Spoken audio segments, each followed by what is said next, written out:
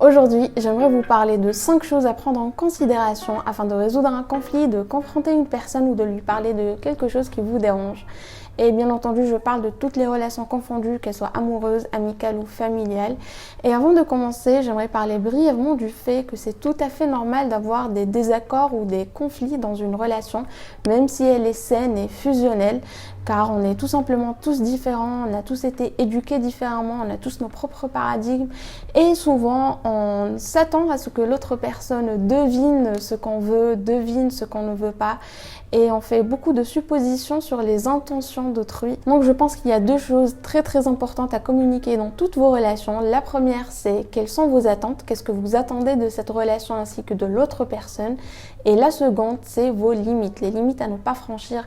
Qu'est-ce que vous ne tolérez pas dans une relation? Et bien entendu, pour faire ça, il faut d'abord faire un travail d'introspection, un travail sur soi-même pour justement déterminer quelles sont vos attentes et déterminer quelles sont vos limites. Et les communiquer aussi continuellement, étant donné qu'on change avec le temps, on mûrit, on s'épanouit, et donc tout ça change avec nous. Et il est très important, je pense, de les communiquer continuellement dans une relation, au lieu de s'attendre à ce que l'autre personne devine qu'est-ce qu'on veut, qu'est-ce qu'on ne veut pas, qu'est-ce qu'on ne tolère pas et qu'est-ce qu'on attend de cette relation ou de cette personne, alors que nous-mêmes, on ne l'a pas encore déterminé, ce qui est d'ailleurs tout à fait saugrenu, mais aussi très injuste par rapport à l'autre personne. Et si toute la communication a été faite, mais pour une raison ou une autre, l'autre personne ne l'a pas respectée, intentionnellement ou pas, il va falloir en parler. Et pour faire ça, il y a 5 points très importants qu'il faudrait respecter pour que cette discussion se passe bien, se passe dans le respect et la compréhension. Et il est impératif d'en parler car comme on l'a vu dans la vidéo des 24-48 heures, la règle des 24-48 heures, c'est toujours bien de prendre du recul afin de ne pas dire ou faire quelque chose sous le coup de l'émotion. Mais il ne faut pas attendre trop longtemps non plus car sinon vous allez risquer de ne plus vouloir en parler. Et le fait de ne plus vouloir en parler ne veut pas dire que vous êtes passé à autre chose. Cela veut juste dire que vous allez mettre cette situation, ces émotions de côté. Et ceci va nourrir de la rancœur et va aussi déformer vos émotions ou vos réactions face à d'autres situations en rapport avec cette personne. Donc, maintenant que nous avons pris le recul nécessaire, que nous sommes prêts enfin à en parler, le premier point à considérer, c'est l'espace-temps. Comme vous pouvez vous en douter, personne n'a envie de recevoir des reproches de bon matin dès le réveil ou tard le soir quand on est sur le point de se coucher, quand on est très fatigué. Donc il est important de choisir quand et où vous allez en parler car c'est aussi très inapproprié d'en parler alors que vous êtes avec des amis ou chez de la famille. Et je trouve que la meilleure façon de faire, c'est de tout simplement demander à l'autre personne en disant « Écoute, il y a quelque chose dont j'aimerais te parler, quand est-ce qu'on peut faire ça ?» Ou encore « Il y a quelque chose dont j'aimerais te parler, est-ce qu'on pourrait faire ça ce soir après le dîner ?» Le second point, c'est de se focaliser sur le problème et non pas sur la personne. Rappelez-vous, notre but, c'est de régler le problème et non pas d'attaquer la personne. Donc, il est très important de faire attention à son attitude, au ton de sa voix et de se focaliser sur l'événement, la situation ou l'action qui cause problème et ne pas faire de la personne elle-même le problème. Ce qui me mène vers mon troisième point et qui est de présenter son point de vue en précisant que c'est notre propre point de vue. Par exemple, dire c'est frustrant ou je me sens frustrée quand tu rentres tard et tu ne me préviens pas, au lieu de dire tu ne préviens jamais quand tu rentres tard, c'est frustrant. Dans la première phrase, on prend la responsabilité pour ce qu'on ressent et notre expérience et en parlant de nos propres émotions, l'autre personne ne pourra pas nous contredire automatiquement afin de se défendre. Mais en plus, dans la seconde phrase, en commençant par « tu fais ceci, tu fais cela », en blâmant directement l'autre personne, en commençant par des reproches, peu importe si vous avez raison ou tort, si la personne se sent attaquée, que ce soit par le ton de votre voix, votre attitude ou la formulation, elle va tout de suite se mettre sur la défensive, dresser ses murs, s'abriter dans sa forteresse et à partir de là, même les meilleurs arguments de la Terre seront considérés comme des attaques. Et une personne qui se sent attaquée va tout simplement se défendre et attaquer en retour. Donc l'approche où on commence par faire des reproches à l'autre personne, c'est une approche en fait qui ne va faire que créer d'autres conflits et d'autres malentendus. Une autre manière de dire les choses, c'est de commencer en disant l'histoire que je me raconte, ce que je me dis, ce que je crois.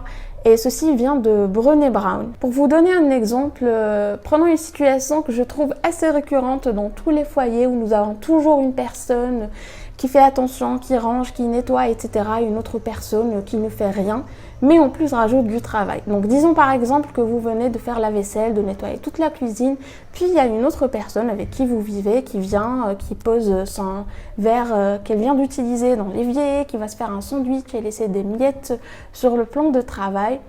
Au lieu de vous énerver et d'aller voir cette personne pour lui dire « Et toi, tu fais jamais attention, et c'est toujours moi qui nettoie, et je nettoie toujours derrière toi, et pourquoi, et machin », vous pouvez tout simplement dire « Quand tu ne fais pas ta vaisselle, quand tu laisses les miettes sur le plan de travail, l'histoire que je me raconte ou encore ce que je me dis, c'est que tu ne respectes pas les efforts que je fais pour garder la maison propre. » Car au final, il ne s'agit pas de la vaisselle, il ne s'agit pas non plus de rentrer tard sans prévenir.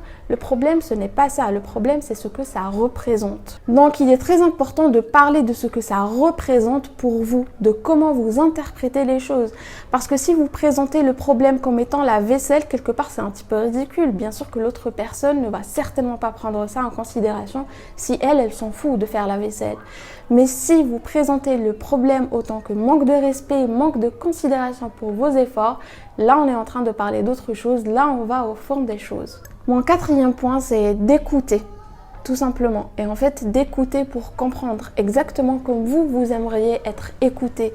Et non pas en écoutant à moitié tout en préparant son prochain argument ou en interrompant la personne indignée par ce qu'elle vient de dire. Il vaudrait mieux écouter l'autre attentivement, sans réfléchir simultanément à sa réponse et s'assurer que la personne a fini de parler avant de prendre la parole et vous n'êtes pas obligé de répondre dans la seconde qui suit. Vous pouvez prendre un moment, y réfléchir afin de pouvoir répondre convenablement. Une autre chose qui pourrait vous aider, c'est de reformuler ce que la personne vient de vous dire afin de vous assurer que vous avez bien compris ce que la personne vient de vous dire, que vous n'êtes pas en train de faire des suppositions sur le sens caché de ces mots ou encore en train d'extrapoler. Par exemple, vous pouvez tout simplement dire « si j'ai bien compris » et puis vous reformulez ce que la personne vient de vous dire afin de vous assurer que vous avez bien compris, que vous aussi vous êtes compris et comme ça vous évitez tout malentendu. Le cinquième et dernier point, c'est de savoir quand se retirer. Comme je vous l'ai dit, chaque individu est différent, on a chacun notre propre caractère, notre propre tempérament, on a tous été éduqués différemment. Et donc, une conversation qui a commencé dans la bienveillance peut prendre une mauvaise tournure. Donc, si les voix commencent à s'élever, si les tensions commencent à monter, si vous commencez à dire ou à entendre des choses irrespectueuses ou blessantes, il serait beaucoup plus judicieux de mettre fin à cette conversation qui commence à se transformer en dispute et de dire que vous ne voulez plus en parler, que vous voulez prendre une pause et remettre ça à plus tard, tout simplement.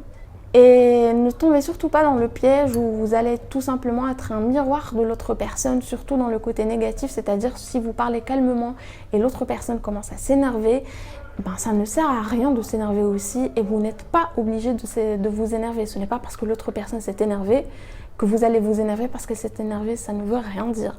Mais si par contre elle commence à s'énerver, à dire des choses méchantes ou qu'elle n'arrive pas tout simplement à vous écouter ou à se faire comprendre, là aussi il serait beaucoup plus judicieux de se retirer parce que vous n'allez régler rien de cette manière. Vous allez bien au contraire rajouter d'autres conflits et d'autres malentendus à votre situation. Donc voilà pour mes petits conseils, j'espère qu'ils vous seront utiles, qu'ils vous aideront.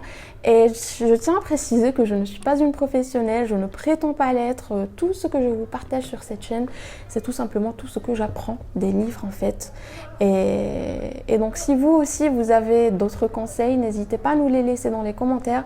Et c'est là que la caméra m'a lâché. Je vous avoue que je suis en train de filmer depuis plus de 3 heures et il fait 37 degrés. Donc je pense que je vais m'arrêter là en finissant très rapidement cette outro. J'espère que la vidéo vous aura plu. Je pense qu'elle est un petit peu longue, mais c'est un sujet qui mérite quand même un petit peu de longueur. Et n'hésitez pas à vous abonner si ce n'est pas déjà fait. Je poste chaque lundi et jeudi une nouvelle vidéo. Et donc on se retrouve jeudi prochain pour une nouvelle vidéo.